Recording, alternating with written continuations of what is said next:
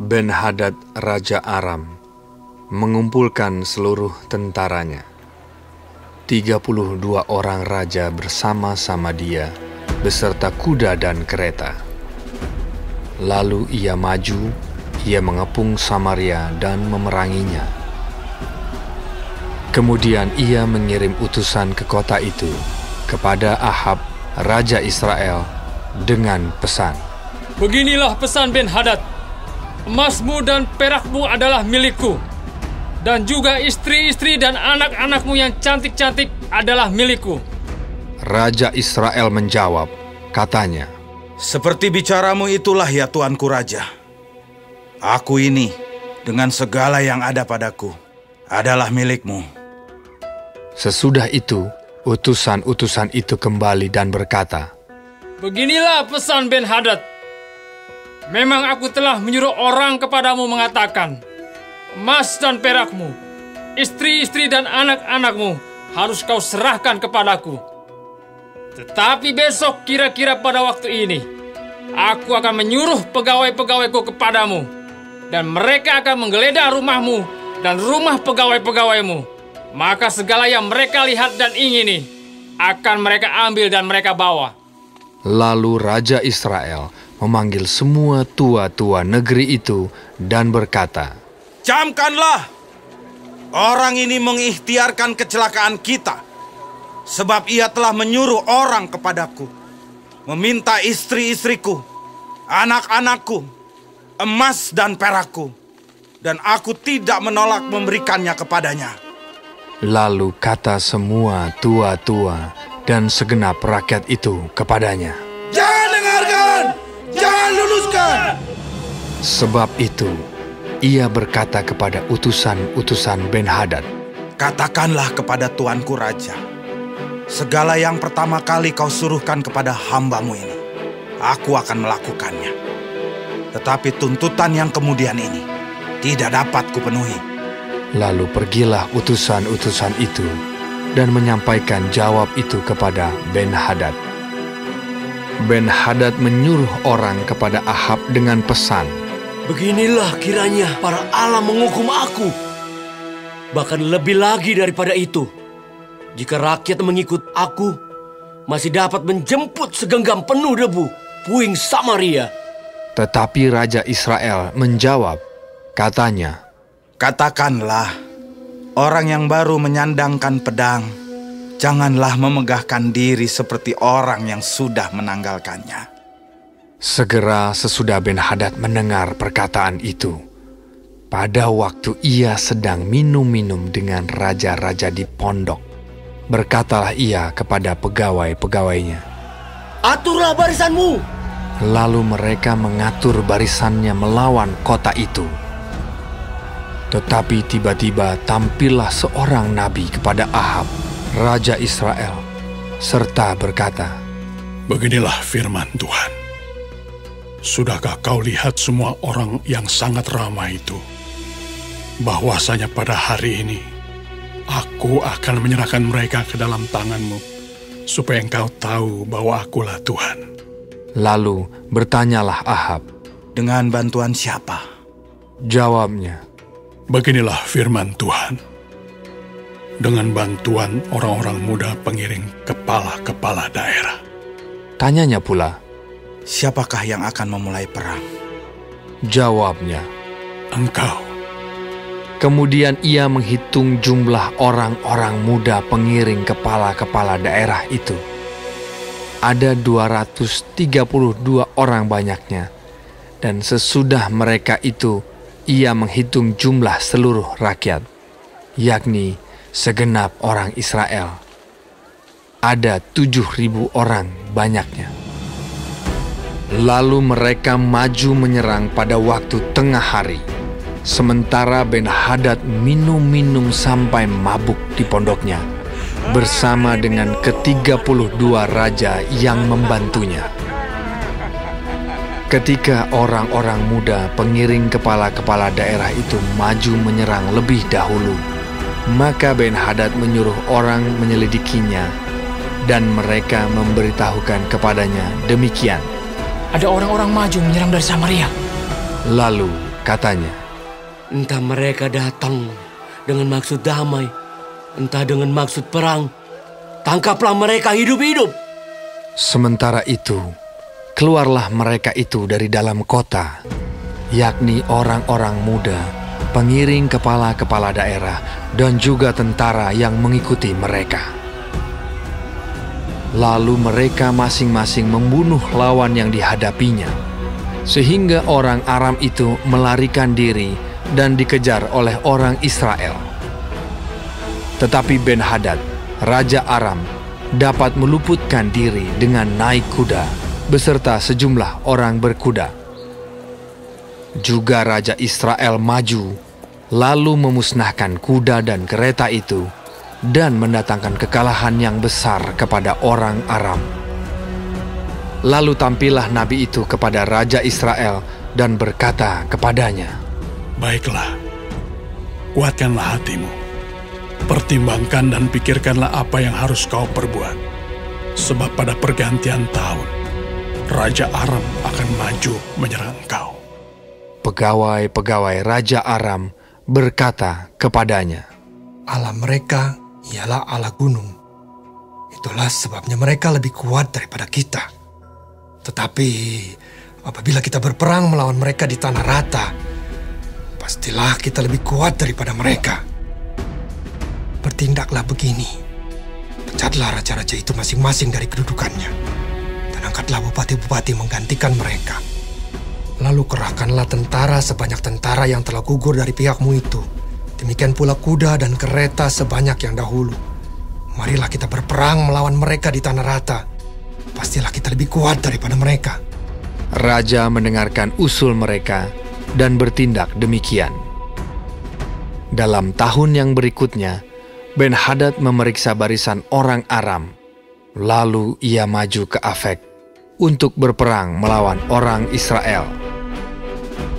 Orang Israel pun memeriksa barisannya, dan setelah dibekali, mereka berangkat menghadapi orang Aram. Orang Israel berkemah di hadapan mereka seperti dua kawanan kambing, sedang orang Aram telah datang membanjiri negeri itu. Maka tampillah abdi Allah dan berkata kepada Raja Israel, Beginilah firman Tuhan. Oleh karena orang Aram itu telah berkata, Tuhan ialah Allah gunung dan bukan Allah dataran, maka aku akan menyerahkan seluruh tentara yang besar itu ke dalam tanganmu, supaya kamu tahu bahwa akulah Tuhan. 7 hari lamanya mereka berkemah berhadap-hadapan. Tetapi pada hari yang ke-7, mulailah pertempuran. Dan pada suatu hari, orang Israel menewaskan 100.000 orang berjalan kaki dari orang Aram itu. Orang-orang yang masih tinggal melarikan diri ke Afek, ke dalam kota. Tetapi temboknya roboh menimpa ke-27.000 orang yang masih tinggal itu. Sementara itu, Ben-Hadad melarikan diri dan masuk ke kota dan bersembunyi dari satu kamar ke kamar yang lain. Lalu berkatalah pegawai-pegawainya kepadanya, Ketahuilah, kami telah mendengar bahwa raja-raja kaum Israel itu adalah raja-raja pemurah. Marilah kita menaruh kain kabung pada pinggang kita dan tali pada kepala kita, dan dengan demikian keluar menghadap Raja Israel. Barangkali ia akan menyelamatkan nyawamu. Lalu mereka melilitkan kain kabung pada pinggang mereka dan tali pada kepala mereka. Kemudian mereka pergi menghadap Raja Israel sambil berkata, Hambamu Ben-Hadad berkata, kiranya tuanku membiarkan aku hidup. Jawabnya, Masih hidupkah dia? Dia saudaraku. orang-orang itu menganggap hal itu sebagai tanda yang baik. Maka segeralah mereka berpegang pada perkataannya itu, lalu berkata, Memang saudaramu Ben-Hadad. Sesudah itu, berkatalah Ahab, Pergilah, ambil dia. Jadi keluarlah Ben-Hadad mendapatkan dia, lalu diajak naik ke atas kereta. Kata Ben-Hadad kepadanya, kota-kota yang telah diambil bapakku dari pihak bapamu akan kukembalikan. Engkau boleh juga membuat pasar bagimu di Damsyik, seperti yang dibuat bapakku di Samaria. Dan aku sendiri, kata Ahab, akan membiarkan engkau pergi dengan perjanjian. Lalu ia mengadakan perjanjian dengan dia dan membiarkannya pergi. Seorang dari rombongan nabi berkata kepada temannya atas perintah Tuhan, "Pukullah aku." Tetapi orang itu menolak memukulnya. Lalu ia berkata kepadanya, Oleh sebab engkau tidak mendengarkan suara Tuhan, ketahuilah, apabila engkau pergi daripadaku, seekor singa akan menerkam engkau. Dan ketika orang itu pergi daripadanya, maka seekor singa bertemu dengan dia lalu menerkam dia. Kemudian nabi itu bertemu dengan orang lain, lalu ia berkata, "Pukullah aku." Orang itu memukul dan melukai dia. Sesudah itu, nabi itu pergi dan berdiri menantikan raja di jalan, sambil menyamar dengan membubuh kain pembalut pada matanya. Pada waktu raja lewat, ia mengadukan halnya kepada raja, katanya, Ketika hambamu ini maju ke tengah pertempuran, tiba-tiba ada seorang meninggalkan barisan dan membawa seorang kepadaku sambil berkata, "Jagalah orang ini. Jika ia hilang dengan cara bagaimanapun juga, maka nyawamu adalah ganti nyawanya. Atau engkau harus membayar setalenta perak." Ketika hambamu ini repot sana-sini, orang itu menghilang. Kemudian Raja Israel itu berkata kepadanya, Begitu jugalah hukumanmu. Engkau sendiri telah menetapkannya. Lalu segeralah ia membuka kain pembalut itu dari matanya, sehingga Raja Israel mengenali dia sebagai seorang dari rombongan nabi. Kata nabi itu kepadanya, Beginilah firman Tuhan. Oleh karena engkau telah membiarkan lolos orang yang dikhususkan bagiku untuk ditumpas, maka nyawamu adalah ganti nyawanya, dan rakyatmu ganti rakyatnya. Lalu Raja Israel pergi ke istananya dengan kesal hati dan gusar. Maka sampailah ia di Samaria. 1 Raja-Raja 21. Sesudah itu terjadilah hal yang berikut. Nabot, orang Yisrael, mempunyai kebun anggur di Yisrael, di samping istana Ahab, Raja Samaria. Berkatalah Ahab kepada Nabot, Berikanlah kepadaku kebun anggurmu itu, supaya kujadikan kebun sayur, sebab letaknya dekat rumahku. Aku akan memberikan kepadamu kebun anggur yang lebih baik daripada itu sebagai gantinya.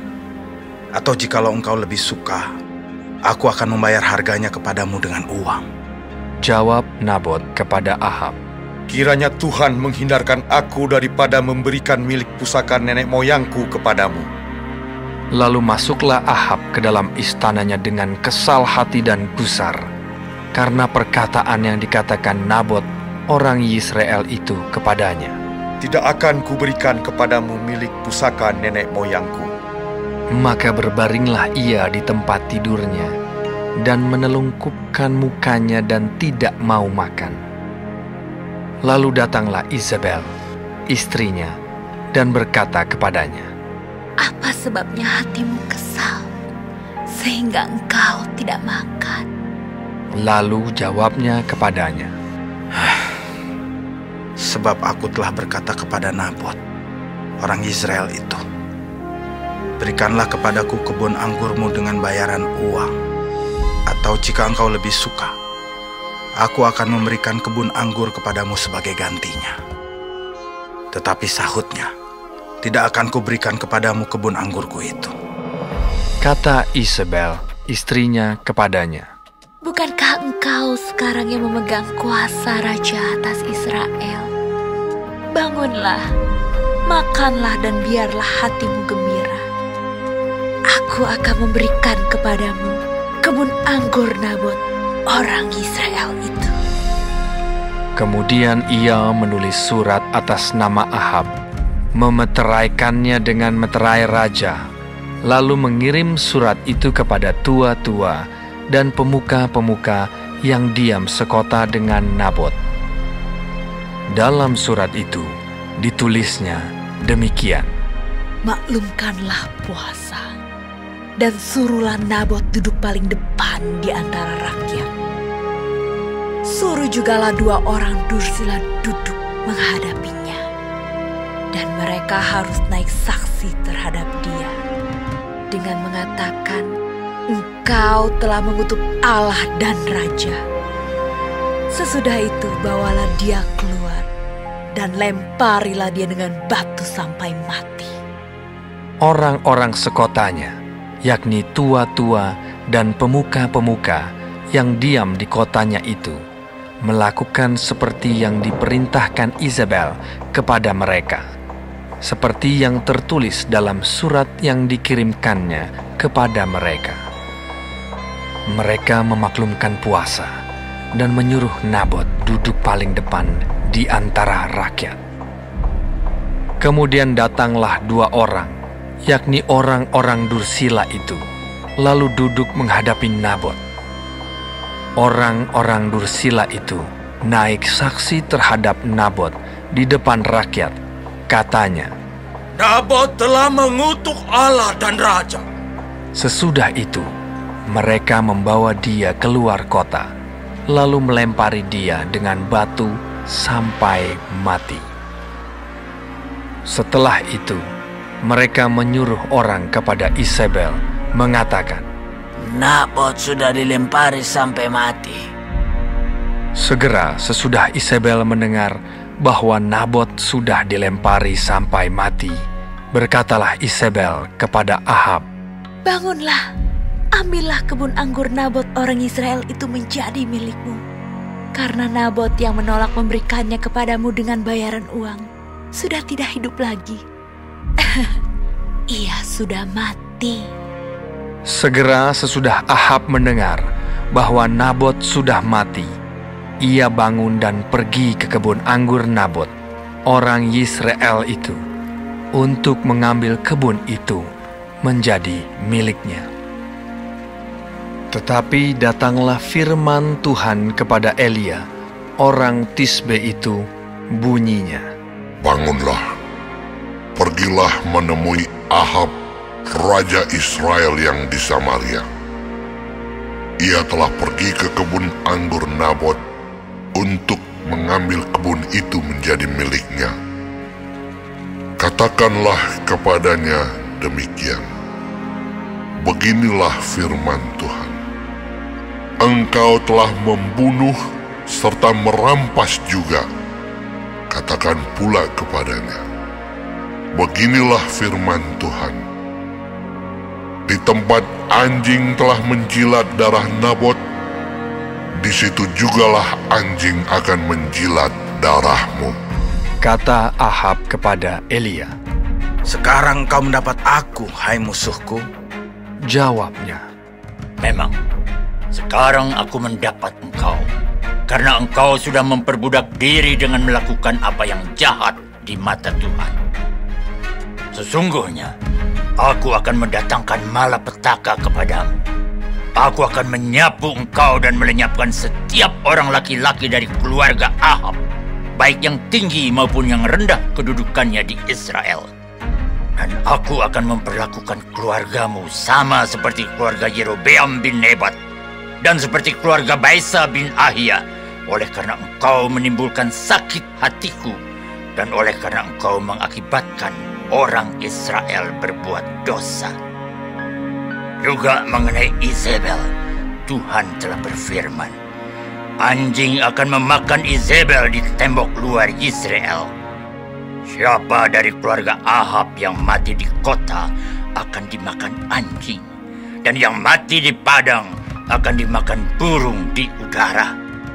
Sesungguhnya tidak pernah ada orang seperti Ahab yang memperbudak diri dengan melakukan apa yang jahat di mata Tuhan, karena ia telah dibujuk oleh Izebel, istrinya. Bahkan ia telah berlaku sangat keji dengan mengikuti berhala-berhala, tepat seperti yang dilakukan oleh orang Amori yang telah dihalau Tuhan dari depan orang Israel. Segera sesudah Ahab mendengar perkataan itu, ia mengoyakkan pakaiannya, mengenakan kain kabung pada tubuhnya dan berpuasa. Bahkan ia tidur dengan memakai kain kabung dan berjalan dengan langkah lamban. Lalu datanglah firman Tuhan kepada Elia, orang Tisbe itu. Sudahkah kau lihat bahwa Ahab merendahkan diri di hadapanku? Oleh karena ia telah merendahkan diri di hadapanku, maka aku tidak akan mendatangkan malapetaka dalam zamannya. Barulah dalam zaman anaknya, aku akan mendatangkan malapetaka atas keluarganya. 1 Raja-Raja 22. 3 tahun lamanya orang tinggal aman dengan tidak ada perang antara Aram dan Israel. Pada tahun yang ketiga, pergilah Yosafat, Raja Yehuda, kepada Raja Israel. Berkatalah Raja Israel kepada pegawai-pegawainya, "Tahukah kamu bahwa Ramot Gilead sebenarnya milik kita? Tetapi kita tinggal diam saja dan tidak merebutnya dari tangan Raja Negeri Aram." Lalu katanya kepada Yosafat, "Maukah engkau pergi bersama-sama aku untuk memerangi Ramot Gilead?" Jawab Yosafat kepada Raja Israel, "Kita sama-sama, aku dan engkau, rakyatku dan rakyatmu, kudaku dan kudamu." Tetapi Yosafat berkata kepada Raja Israel, "Baiklah, tanyakan dahulu firman Tuhan." Lalu Raja Israel mengumpulkan para nabi, kira-kira 400 orang banyaknya. Kemudian bertanyalah ia kepada mereka, "Apakah aku boleh pergi berperang melawan Ramot Gilead, atau aku membatalkannya?" Jawab mereka, "Majulah, Tuhan akan menyerahkannya ke dalam tangan raja." Tetapi Yosafat bertanya, "Tidak adakah lagi di sini seorang nabi Tuhan, supaya dengan perantaraannya kita dapat meminta petunjuk?" Jawab Raja Israel kepada Yosafat, "Masih ada seorang lagi yang dengan perantaraannya dapat diminta petunjuk Tuhan. Tetapi aku membenci dia, sebab tidak pernah ia menubuatkan yang baik tentang aku, melainkan malapetaka. Orang itu ialah Mika bin Yimla." Kata Yosafat, "Janganlah raja berkata demikian." Kemudian Raja Israel memanggil seorang pegawai istana. Katanya, "Jemputlah Mika bin Yimla dengan segera." Sementara Raja Israel dan Yosafat, Raja Yehuda, duduk masing-masing di atas tahtanya dengan pakaian kebesaran di suatu tempat pengirikan di depan pintu gerbang Samaria. Sedang semua nabi itu bernubuat di depan mereka. Maka Zedekia bin Kenaana membuat tanduk-tanduk besi, lalu berkata, "Beginilah firman Tuhan. Dengan ini, engkau akan menanduk Aram sampai engkau menghabiskan mereka." Juga semua nabi itu bernubuat demikian. Katanya, "Majulah ke Ramot Gilead, dan engkau akan beruntung. Tuhan akan menyerahkannya ke dalam tangan raja." Suruhan yang pergi memanggil Mikha itu berkata kepadanya, "Ketahuilah, nabi-nabi itu sudah sepakat meramalkan yang baik bagi raja. Hendaklah engkau juga berbicara seperti salah seorang daripada mereka dan meramalkan yang baik." Tetapi Mikha menjawab, "Demi Tuhan yang hidup, sesungguhnya apa yang akan difirmankan Tuhan kepadaku, itulah yang akan kukatakan." Setelah ia sampai kepada raja, bertanyalah raja kepadanya, "Mika, apakah kami boleh pergi berperang melawan Ramot Gilead, atau kami membatalkannya?" Jawabnya kepadanya, "Majulah, dan engkau akan beruntung, sebab Tuhan akan menyerahkannya ke dalam tangan raja. Tetapi raja berkata kepadanya, "Sampai berapa kali aku menyuruh engkau bersumpah, supaya engkau mengatakan kepadaku tidak lain dari kebenaran demi nama Tuhan?" Lalu jawabnya, "Telah kulihat seluruh Israel bercerai-berai di gunung-gunung, seperti domba-domba yang tidak mempunyai gembala. Sebab itu, Tuhan berfirman, mereka ini tidak punya Tuhan. Baiklah masing-masing pulang ke rumahnya dengan selamat." Kemudian Raja Israel berkata kepada Yosafat, "Bukankah telah kukatakan kepadamu, tidak pernah ia menubuatkan yang baik tentang aku, melainkan hanya malapetaka?" Kata Mika, "Sebab itu, dengarkanlah firman Tuhan. Aku telah melihat Tuhan sedang duduk di atas tahtanya, dan segenap tentara surga berdiri di dekatnya, di sebelah kanannya dan di sebelah kirinya. Dan Tuhan berfirman, siapakah yang akan membujuk Ahab untuk maju berperang supaya ia tewas di Ramot Gilead? Maka yang seorang berkata begini, yang lain berkata begitu. Kemudian tampillah suatu roh, lalu berdiri di hadapan Tuhan. Ia berkata, aku ini akan membujuknya. Tuhan bertanya kepadanya, dengan apa? Jawabnya, aku akan keluar dan menjadi roh dusta dalam mulut semua nabinya. Ia berfirman, biarlah engkau membujuknya dan engkau akan berhasil pula. Keluarlah dan perbuatlah demikian. Karena itu, sesungguhnya Tuhan telah menaruh roh dusta ke dalam mulut semua nabimu ini. Sebab Tuhan telah menetapkan untuk menimpakan malapetaka kepadamu. Sesudah itu, tampillah Zedekia bin Kenaana. Ditamparnyalah pipi Mika, serta berkata, mana boleh roh Tuhan pindah daripadaku untuk berbicara kepadamu? Tetapi Mika menjawab, sesungguhnya engkau akan melihatnya pada hari engkau lari dari satu kamar ke kamar yang lain untuk menyembunyikan diri. Berkatalah Raja Israel, tangkaplah Mika, bawa dia kembali kepada Amon penguasa kota dan kepada Yoas anak raja. Dan katakan, beginilah titah raja. Masukkan orang ini dalam penjara dan beri dia makan roti dan minum air serba sedikit, sampai aku pulang dengan selamat. Tetapi jawab Mika, jika benar-benar aku pulang dengan selamat, tentulah Tuhan tidak berfirman dengan perantaranku. Lalu disambungnya, dengarlah, hai bangsa-bangsa sekalian. Sesudah itu, majulah Raja Israel dengan Yosafat, Raja Yehuda, ke Ramot Gilead. Raja Israel berkata kepada Yosafat, aku akan menyamar dan masuk pertempuran, tetapi engkau pakailah pakaian kebesaranmu. Lalu menyamarlah Raja Israel, kemudian masuk ke pertempuran. Adapun Raja negeri Aram telah memberi perintah kepada para panglima pasukan keretanya, 32 orang banyaknya.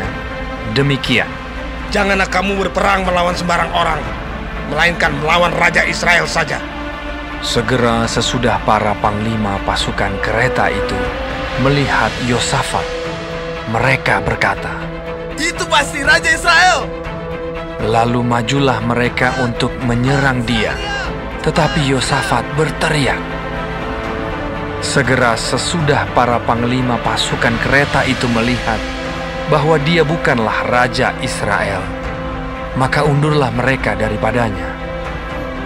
Tetapi seseorang menarik panahnya dan menembak dengan sembarangan saja dan mengenai Raja Israel di antara sambungan baju zirahnya. Kemudian ia berkata kepada pengemudi keretanya, putar, bawa aku keluar dari pertempuran, sebab aku sudah luka. Tetapi pertempuran itu bertambah seru pada hari itu. dan raja tetap ditopang berdiri di dalam kereta berhadapan dengan orang Aram itu, sampai ia mati pada waktu petang. Darahnya mengalir dari lukanya ke dalam palung kereta. Kira-kira pada waktu matahari terbenam, terdengarlah teriakan di sepanjang barisan tentara itu.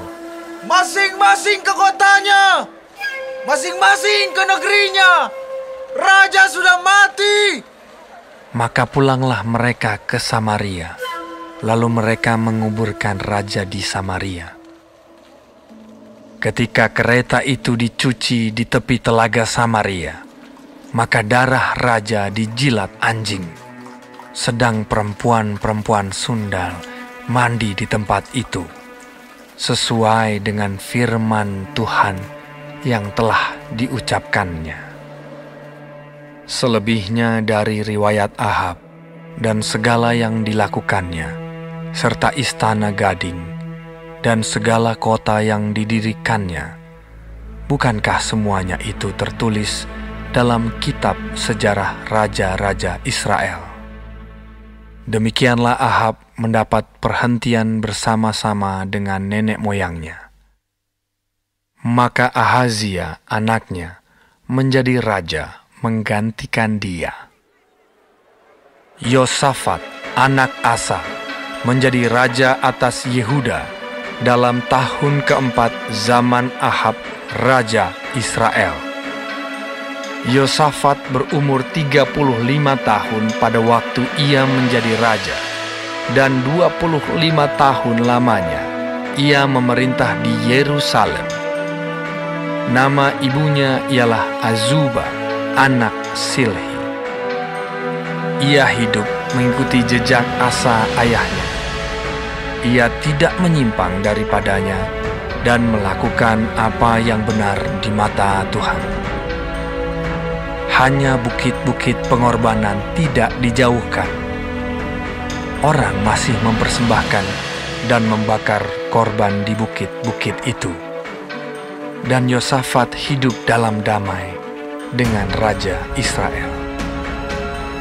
Selebihnya dari riwayat Yosafat dan kepahlawanan yang dilakukannya dan bagaimana ia berperang, bukankah semuanya itu tertulis dalam kitab sejarah raja-raja Yehuda?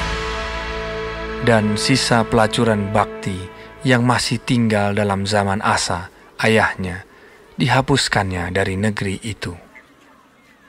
Tidak ada raja di Edom. Karena itu, yang menjadi raja ialah seorang kepala daerah. Yosafat membuat kapal-kapal Tarsis untuk pergi ke Ofir mengambil emas. Tetapi kapal-kapal itu tidak jadi pergi ke sana, sebab kapal-kapal itu pecah di Ezion Geber. Pada waktu itu, Ahazia, anak Ahab, berkata kepada Yosafat, "Baiklah anak buahku pergi bersama-sama anak buahmu dengan kapal-kapal itu." Tetapi Yosafat tidak mau. Kemudian Yosafat mendapat perhentian bersama-sama dengan nenek moyangnya, dan ia dikuburkan di samping nenek moyangnya di kota Daud, bapa leluhurnya. Maka Yoram anaknya menjadi raja menggantikan dia. Ahazia anak Ahab menjadi raja atas Israel di Samaria dalam tahun ke-17 zaman Yosafat, raja Yehuda, dan ia memerintah atas Israel 2 tahun lamanya. Ia melakukan apa yang jahat di mata Tuhan dan hidup menurut kelakuan ayahnya dan ibunya dan Yerobeam bin Nebat yang telah mengakibatkan orang Israel berdosa. Ia beribadah kepada Baal dan sujud menyembah kepadanya. Dan dengan demikian, ia menimbulkan sakit hati Tuhan, Allah Israel, tepat seperti yang dilakukan ayahnya.